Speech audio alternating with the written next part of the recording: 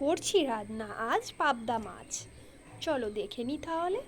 দিয়ে দিচ্ছি পাবদা মাছের নুন, পরিমাণ মতন হলুদ। ভালো করে মাছগুলোকে ঝাঁকানাকা করে নিচ্ছি। ঝাঁকানাকাটা তো খুব ইম্পর্টেন্ট।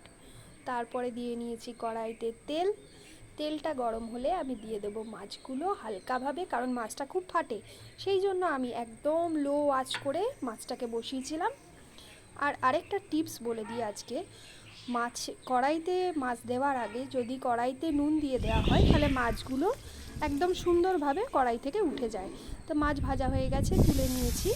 এখানে আমি ওই যে পেস্টটা করে রেখেছিলাম, চালমগজ, আদা, রসুন এবং টমেটো দিয়ে, সেই পেস্টটা দিয়ে দিলাম। দিয়ে দিচ্ছি নুন, হলুদ এবং লঙ্কা গুঁড়ো আর একটুখানি চিনি দিয়ে ভালো করে নাড়িয়ে নিচ্ছি। যতক্ষণ না কষা কষা হয়ে তেল ছাড়ছে ততক্ষণ আমরা নাড়িয়ে নেব। একটুখানি জল দিয়ে দেবো পরিমাণ মতন। এটা মাখা মাখা হবে, বেশি জল দেওয়া যাবে না। দেখো আমার ঝালটা বেশ মাখা মাখা হয়ে এসছে। এবারে আমি ভাজা মাছগুলোকে একটা একটা করে দিয়ে দিচ্ছি। দিয়ে বেশিক্ষণ ফোটাবো না, একটু জাস্ট ফুটে উঠলেই আমি এটা নামিয়ে নেব। মাছগুলোকে ওলট পালট করে দিয়ে একটুখানি ফুটিয়ে নিচ্ছি।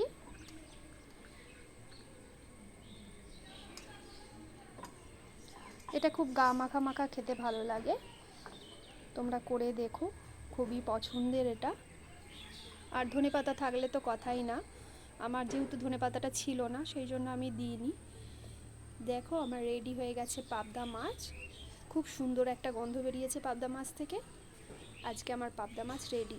কেমন লাগলো রেসিপিটা জানিও অবশ্যই কমেন্টে। টাটা।